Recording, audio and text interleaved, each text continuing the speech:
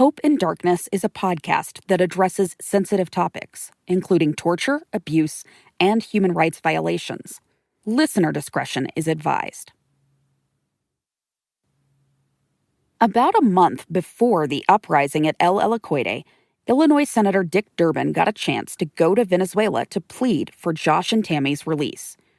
That came because of an invite from Venezuela's own caped crusader, Dracula, or Governor Rafael LaCava, the leader known for his makeshift Batmobile night raids on black market activity. Mr. President, last week I spent 4 days in Venezuela. I'd never been there before. This is Durbin's Senate floor address after he came back home. No doubt many are aware that Venezuela has been suffering devastating economic and democratic backsliding. But what I found was a country that is on the edge of collapse. Durbin hoped to secure the Holts' freedom, but he was so horrified by what he saw, his report back to the Senate included some language the Venezuelan government didn't like. Inflation is rampant, expected to reach 13,000% this year, leading to what some call a race for survival. Imagine only 1 out of 3 people in Venezuela eat 3 meals a day. Organizations. And what I found also particularly cruel was the government's supposed effort to help with hunger. The provision of a monthly food basket was linked to having the right political identification card. Business leaders told me that they're being vilified by the government, forced to sell products below cost and out of markets so the government can be the exclusive seller of imported goods. Venezuela is at war with itself. It was minute 13 of his 17-minute floor speech before he even mentioned the Holts. Keeping Josh Holt as a political hostage will just isolate the Maduro regime even more. Senate staffer Caleb McCary, who was working behind the scenes on Josh and Tammy's case, was horrified. When Josh and I spoke to him 2 years later, McCary told us he knew President Nicolas Maduro was sensitive to overseas perceptions of his country. Which frankly blew the visit to smithereens, embarrassed LaCava, and put any effort to get you out on ice. I was worried we were completely burned to a crisp. Then came the prison uprising. I was worried to death about you, Josh. I frankly was worried you were going to be killed. The riot ended, but McCary was still worried. And then the phone rang.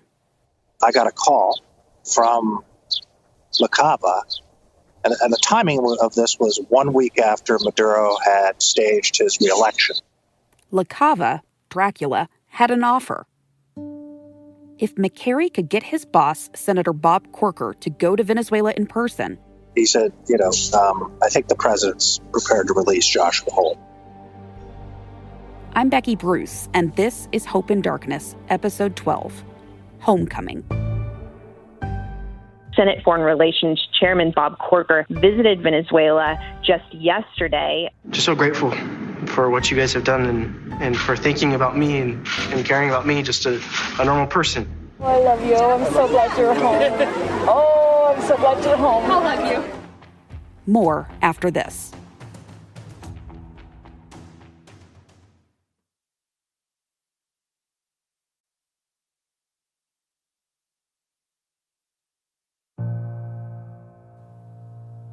Caleb McCary had a couple of different reasons to be skeptical that Nicolas Maduro would actually release Josh and Thammy. Remember, he originally met and got to know the future Venezuelan president back in 2002 over beers in Boston in the aftermath of a failed coup to remove Hugo Chavez. He had a unique connection to Maduro, and the invitation from LaCava was the most promising development yet toward the Holts release. But McCary had no guarantee that LaCava was right, and there were a number of high-ranking U.S. officials and politicians who would not want to be seen as shaking hands with Maduro, especially after his re-election. It could be seen, they thought, as the U.S. legitimizing Maduro's presidency. Still, Senator Corker agreed to give it a shot. because of the timing of this right after that re-election bid, the negative reaction that was likely to come from people who have deep concerns about the nature of the Venezuelan government, President Maduro. I wasn't entirely sure we were going to get on that plane.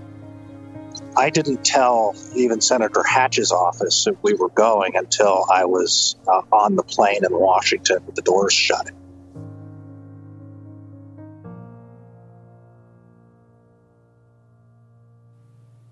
Back at El Alacuete, Josh and Thamy were living together in an office. After the events of the riot 10 days earlier, they'd been removed from the general prison population. In their new home, they started hearing rumors that they would soon be released. It started coming out in the news, and we didn't really believe it. It was just like, okay, whatever. A government official took to state television in Venezuela to say the Holts were going home. Apareció una solicitud por parte de estos senadores para que se produjera algún beneficio de liberación para el señor Joshua Holt, ciudadano norteamericano, y su esposa, que se encontraban. So I remember talking to Thamy about it. I was like, well, that'd be cool if it happened. And then she talked to Wilmer. Wilmer Raperti is the shipping tycoon who helped fund their defense. And Wilmer called us and said, listen, guys, it's going to happen. Like, it's going to happen. And we were kind of like, Wilmer, we've talked to you about this before. We don't really believe it. And he goes, listen, it might not be 100% right now, but the odds are really good. They dared once again to hope, especially when their guards came and told them to get cleaned up in order to meet with people in charge of El Alacuete. And so we started getting excited. We started talking to the police officers that were there guarding us, and they were excited for us. Like, the people that were guarding us, honestly, were really good friends. Like, they were really good people. And when they pulled us out of that room, midnight, 1 o'clock in the morning, to go and talk to the two wardens, that was huge. Y el director del SEBIN. The director of SEBIN, the general, the most important, told us, how many times have you come to my office to be told you're going home? Well, it's the first time, then it's true. You're going to go home. And we just kind of had a conversation of, this is what to expect. I'm sorry that this all happened to you. We really honestly wish you the best. So what happened? It's hard to say for sure exactly. We know Caleb McCary landed in Caracas with his boss, Senator Bob Corker. We also know Corker and McCary met with the Venezuelan president, and that McCary served as a translator. President Maduro told Senator Corker that he was prepared to release you. Senator Corker said, thank you. We'd also appreciate it if Josh's wife, Thamy, and her daughter could be released as well. Eventually, they came to an agreement. To this day, even McCary can't say for sure what made Maduro let Josh and Thamy go. He insists there was no exchange. Doing so would have angered the same people who disapproved of Corker's trip to Caracas. That same hardline philosophy is one reason it's hard for the U.S. to free Americans held by hostile foreign governments. Maduro did this for whatever reasons he did it, but in part he did it for me because of our friendship. And I will be grateful to him forever for that. I know it's hard to believe, and people don't believe it, and then, they're even mad at me about it, but these people are my friends. And I had nothing to offer him.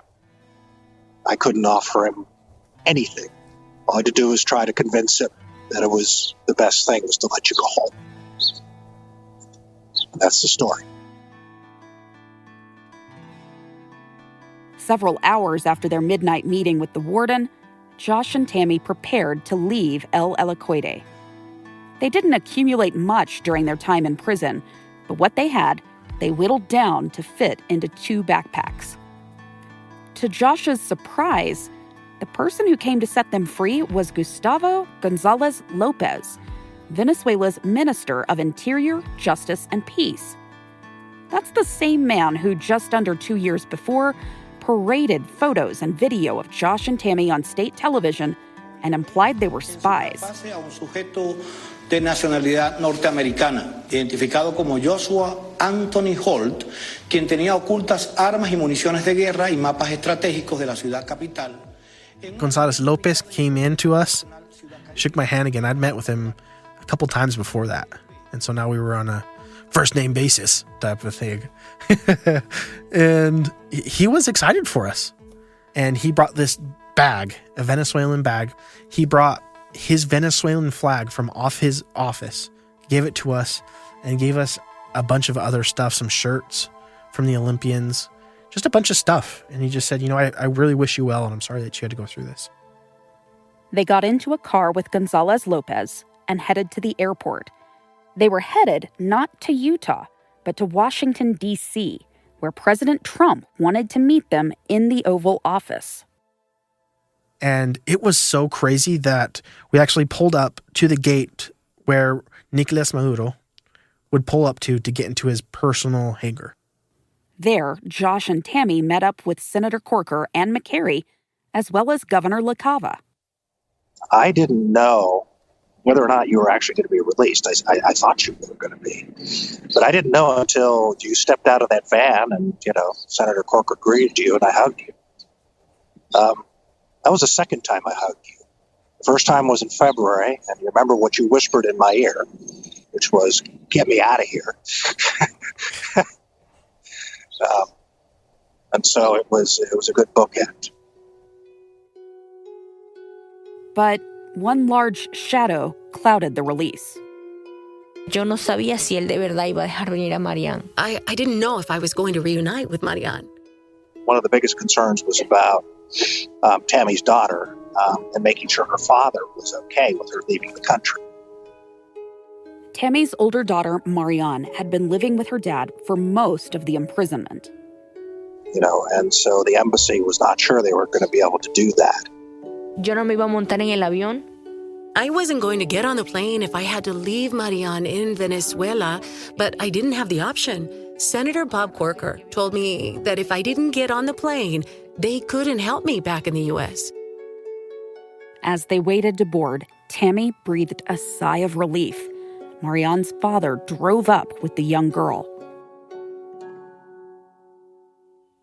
Ellos llegaron como 10 minutos después que yo llegué. They arrived about 10 minutes after me. So we were waiting for him. We were also waiting for my grandma, so I could say goodbye to her. Me despedí de mi abuela y de mi primo, que eran los únicos que estaban ahí. I said goodbye to her and my cousin, who were the only ones who were there, and my mom and Marianne's dad. Thamy found herself comforting her daughter. Yo estaba feliz de traer a mi hija. Ella también estaba llorando muchísimo. Ella es muy apegada a su papá. I was happy to see my daughter. She was crying a lot. She's very attached to her dad. Entonces, ella iba llorando conmigo en el avión. She was crying with me on the plane. Ella tenía sus manitas así pegadas diciendo papá y cosas así. She had her little hands on the window and saying daddy and things like that. That was so painful for me. Sí, eso era tan doloroso para mí, pero yo le decía, Mari, ¿estás conmigo? ¿Estás bien? Yo estaba feliz de tenerla conmigo, pero me sentía tan mal porque sentía que le estaba quitando a su papá. But I said, Mari, you're with me. You're okay. I was happy to have her with me, but I felt so bad because I was taking away her dad.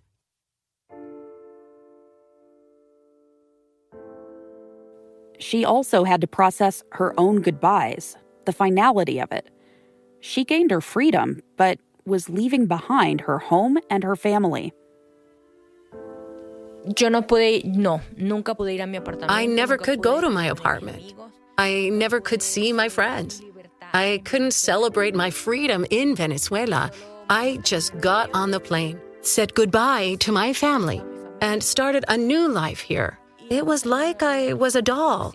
From here, we move you there, and ready, there you go. De aquí te movemos para allá y listo, vete. O sea, yo sabía que el momento de casarme con Joshua... I knew the moment I married Josh that sometime I would move to this country, but that was a process and I'd have time to prepare and things like that. But no, I just got on a plane. Here you are. You live here. No tienes nada que hacer aquí. Y desde ese momento, desde el 26 de mayo, no he visto a mi mamá. And from that moment, from the 26th of May, I haven't seen my mom. I haven't seen my grandma. I haven't seen my brother. It's been 5 years since I've seen my sister because she went to Ecuador. Eso fue Ecuador por todo lo que estaba pasando.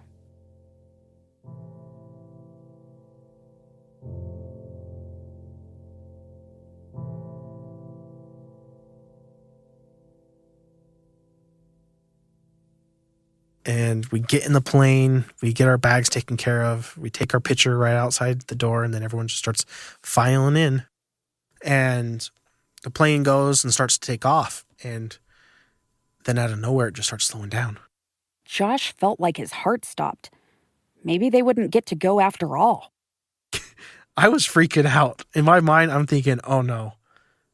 President Maduro changed his mind, or someone else got in there and changed someone else's mind. Who knows what happened? But they're sending us back. Like we were that close. That close. My heart sunk. It was below. I was stomping on it. On the ground. It wasn't even in my stomach. It was below my stomach. And as it's pulling off the runway, the captain came on and said, "Sorry, folks, we just forgot to calibrate some of our equipment. So we'll go ahead and calibrate that real quick. And we'll pull back around and go off again." Everyone started to breathe again. You know, halfway through the flight, I went in the bathroom, washed my face, was looking at myself in the mirror, just thinking, is this real? Am I really here? I went and sat down on my seat and looking out the window, just breathing and thinking of the past 2 years. And then all of a sudden, hearing the pilot go over the intercom saying, "Ladies and gentlemen, we are now in the United States airspace." And just thinking, wow. Like, look, I have chills. I literally have chills right now. Goosebumps going down my arms. I remember how excited I was, knowing that finally I was going home. Back in Utah, Lori Holt's phone started to blow up. That's after this.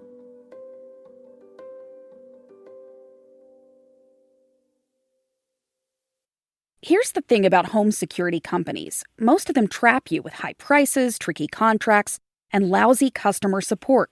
So while there are a lot of options out there, there's only one no-brainer: SimpliSafe. It's nice to know my home is protected at a time when feeling safe at home has never been more important to me and my family. It was easy to install in under an hour with no contract, no power tools, and no technician needed. We are big campers at my house, and on the way out the door for our most recent adventure, we set the system to away and enjoyed peace of mind. Plus, it was easy to check in on our home using the SimpliSafe app while we were gone. Professional monitoring keeps watch day and night, ready to send police, fire, or medical professionals in an emergency. All that starts at $15 a month. Try SimpliSafe today at simplisafe.com/hope. You'll get free shipping and a 60-day risk-free trial. There's nothing to lose. That's simplisafe.com/hope. Hope in Darkness is grateful for the support of Athletic Greens, the all-in-one daily drink to support better health and peak performance. Athletic Greens improves everyday performance by addressing the 4 pillars of health: energy, recovery, gut health, and immune support. And it's delivered straight to your door. I like that I was able to swap out the handful of vitamins and supplements I would try to choke down every morning for a clean green drink that tastes good with under a gram of sugar and doesn't have harmful chemicals, GMOs, or questionable additives. Whether you're looking to boost your energy levels, support your immune system, or address gut health, now's the perfect time to try Athletic Greens for yourself. Simply visit athleticgreens.com/hope to claim my special offer of 20 free daily travel packs with your first purchase, a $79 added value. Again, that's athleticgreens.com/hope. all-in-one nutrition in 75 highly absorbable ingredients.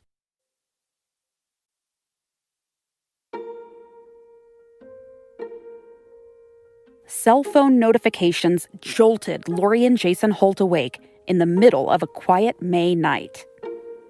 The bad part is there have been 3 or 4 times when we've been told he's out, he's getting out, get ready. And so this was like at least the 3rd time, and we're like, Josh's dad, Jason. We started getting calls from news stations all over South America, Florida, here. So we knew something was going on. And we talked with Senator Hatch's office, and they said, get on a plane. It was about 4 o'clock in the morning, 3 o'clock in the morning, and we had to get a flight. They snatched up the last 2 tickets on a flight to D.C. ABC's Meredith McGraw reported on the developments after President Trump announced the release on his Twitter account.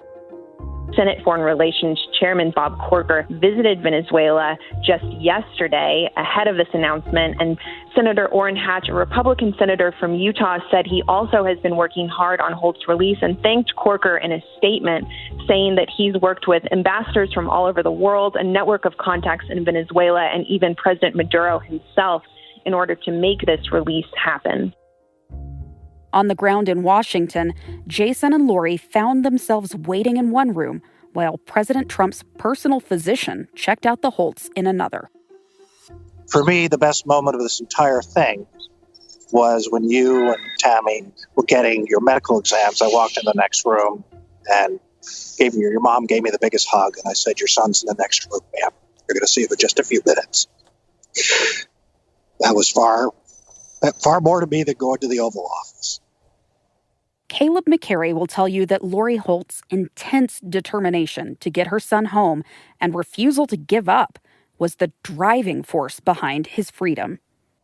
Your mother loved you so much and cared about you so profoundly. She did everything she could, left no stone unturned. I'm so glad you got home. I'm so glad you got home to see your mom. But that undercuts McCary's own role in the story and how his history with Nicolas Maduro was the catalyst for the Holts release. Without their friendship, it's not clear when or if Josh and Thamy would have gotten out of El Helicoide. People were really mad at me. I lost my job. Not long after, McCary was forced out of his Senate Foreign Relations Committee role. Some high-ranking members of Congress didn't like the optics of McCary taking a sitting senator to negotiate with a man they see as the illegitimate leader of a failing state. Someone asked me, he said, "If you knew everything you know now, would you do it again?" I said, 100% chance. Just like I've said 1,000 times, there's no way I could ever thank you enough for what you've done for me, for my family.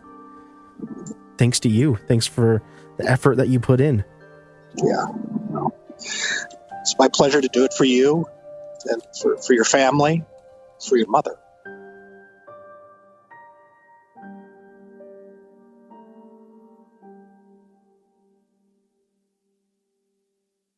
Jason and Lori waited alongside Senator Hatch for about 30 minutes before they could see their son. And then the door opened. Look at this.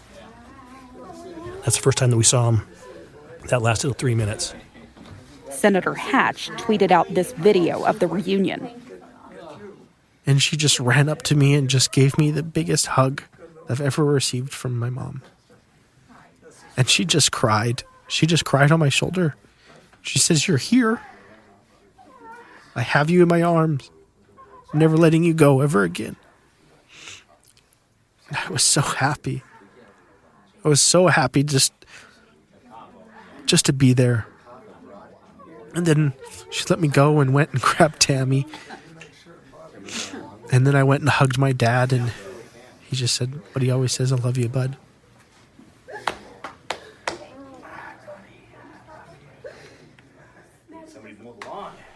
And then they took us all. They split us. They wouldn't even let us ride together with them in the caravan back to the White House. They had to be in their own caravan. Someone loaned Josh a suit and they went to the Oval Office, where he got to see his parents again and meet the president. From that point on, it's honestly just a blur. Everything happened so fast. President Trump came in with the Secret Service. They said he basically shook my hand for a second. Didn't even talk to me. He just shook my hand. And then he said, let him in. And that was the craziest thing I think I've ever seen in my life. The way the media just rushed into that Oval Office. This is a great honor tonight. It's very special. And the whole time all you could hear was... The president spoke, with Josh adding a little here and there for just over 10 minutes. Not really the great vacation that I was looking for, but we're still together. Starting off a marriage rough, but now we're going to be together, and I'm just so grateful. After the White House, Josh, Thamy, and Marianne went to Walter Reed National Military Medical Center to start addressing some of the unresolved health issues from nearly 2 years at El Helicoide. After prison, it felt more like a hotel stay than a hospital. I had taken the longest shower that I had ever taken in my entire life then. And I used hot water. I washed myself probably 4 or 5 times. And it felt amazing to have that water just running all over my body, just warm water, not cold water. They discovered Thamy had severe bursitis, finally explaining the shoulder pain that kept her up at night in prison. All 3 of them had major dental issues that needed to be addressed. And they went through a debriefing process. Finally, Thamy, Marianne, and Josh headed to the airport with Lori and Jason to go to Utah.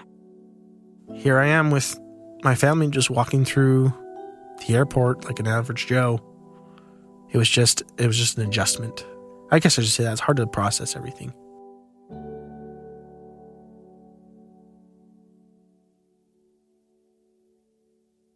Josh's sisters, Katie and Jenna, and brother Derek got about 5 hours warning that the family was on the way. They went to work, decorating the main drag leading from I-15 to the city of Riverton with black and lime green balloons, Josh's favorite colors. They tied bright green ribbons around tree trunks on the Holts street. Derek told us the family rallied support from the community to pack Salt Lake City's airport. Members of the media joined the crowd outside the baggage claim. And it is chaos. There is people everywhere. There's reporters everywhere. Yeah, it was just crazy, and it was just loud, and they started coming down. To tell you the truth, I can't remember going from my seat to the crowd. I just remember walking up to the escalator, and then boom, there are all of these people. And they're all screaming, singing the national anthem.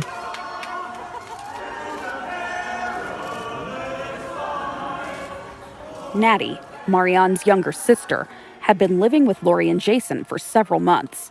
She had no idea she would soon see her sister and mother again. Just to see Natalia's face, she's thinking that it's Grandpa's birthday.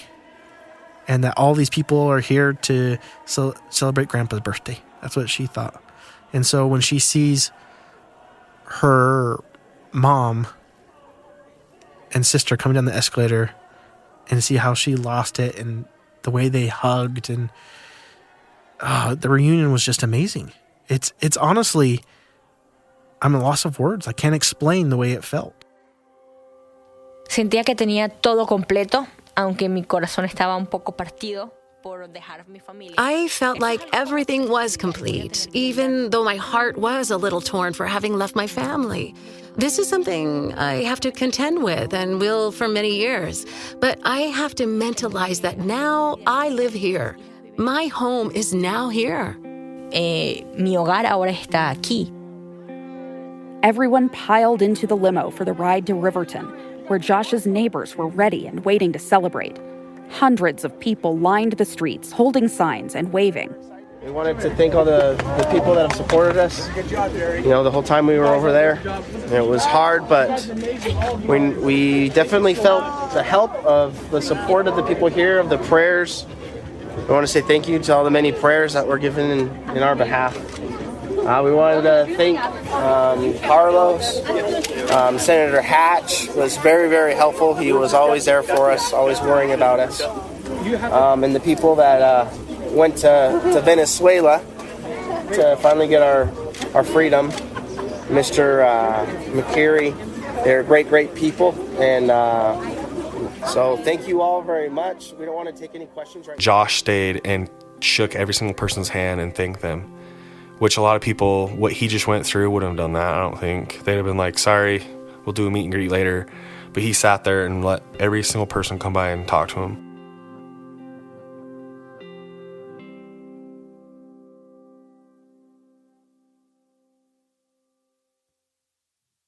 In a different story, this is where we'd fade to black and roll the credits. But coming home was the start of another journey for the Holts. In October, they held their second wedding, 2 years later than they originally planned. Then in December, the family gathered at Lori and Jason's house on Christmas morning. No, it's not the box. You gotta open the box, sorry. Thamy shot video on her phone as Lori opened a present from her daughter-in-law.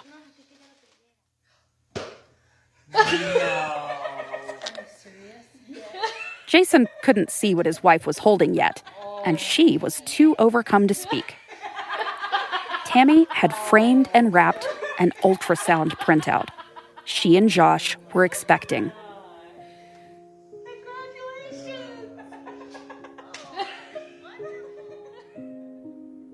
We just had Christmas. We just told her about it, and she was so excited. So excited. Lori was so excited to be the grandma. But my wife, for her first trimester was really, really hard.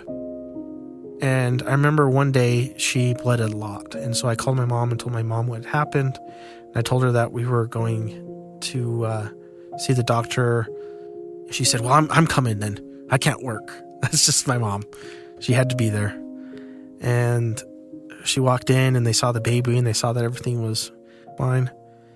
And we left, and that was actually the last time that I saw my mom. And I didn't even give her a goodbye that day because we were planning on just seeing her a couple of days later for Natalia's birthday party. Katie and I were going out that night. I just remember mom saying, I love you guys. And all right, love you, mom. Bye. And we left. And I remember Katie and I, she was saying, she's like, didn't mom look really good tonight? I'm like, yeah. She was like glowing. My mom, at this point, was the happiest that she'd ever been in her life. Lori didn't get to meet the baby. One Sunday morning in February 2019, Jason couldn't wake her up for church. Sadly, she passed away from an enlarged heart. And it was the hardest thing that I had to go through coming home. To lose my mom, it was just a slap in the face. It was like something else. She definitely had the mother instinct, the mama bear instinct, and she'd fight for her kids. That's for damn sure. I mean, we've seen that firsthand. The 2 years he was gone, she got stuff done, and she spoke her mind, but she was caring at the same time. We ended up naming our daughter after her, Oakley Thamy Holt. She's helped a lot.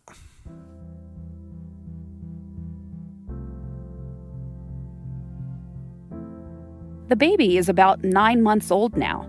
We checked in with Josh and Thamy again, almost exactly 2 years to the day after they got their freedom. But because of a global pandemic that interrupted our plans as we put this story together, we had to talk to them using Zoom.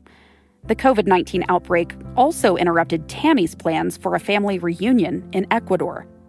She says they are adjusting to life as a family here, and Marianne and Natalia are very much looking forward to going back to school sometime soon. As to what's next, when you compare it to the nightmare of El Helicoide, it sounds refreshingly ordinary. Thamy is going back to school, working to improve her English while getting a degree here in the U.S. similar to what she had in Venezuela. Josh is working on a book and occasionally doing some public speaking while working full-time. Our lives right now, we're just enjoying life. All of this started because Josh wanted to improve his Spanish. Thamy says it's much better than it was when they first met in the Dominican Republic. Much better now. Much better. He don't have accent. Speaking like American.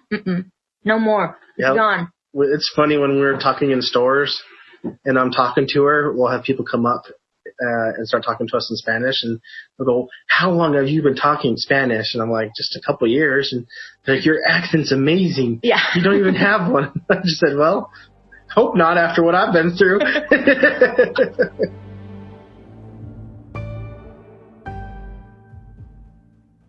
Thank you so much for listening to Hope in Darkness. I'm Becky Bruce. Additional producing and editing came from Nina Ernest. Sound mixing by Trent Sell. Our executive producer is Cheryl Worsley. Original theme composed by Michael Bondmiller. Additional voice work provided by Rebecca Cressman and Alex Curie. Special thanks to Josh and Thamy Holt and their family for sharing their experiences and story. You can follow us on Twitter and Instagram at Hope Darkness Pod or online at hopedarkness.com. And your feedback is always helpful. Drop us a rating or review wherever you listen. Hope in Darkness is a KSL podcast.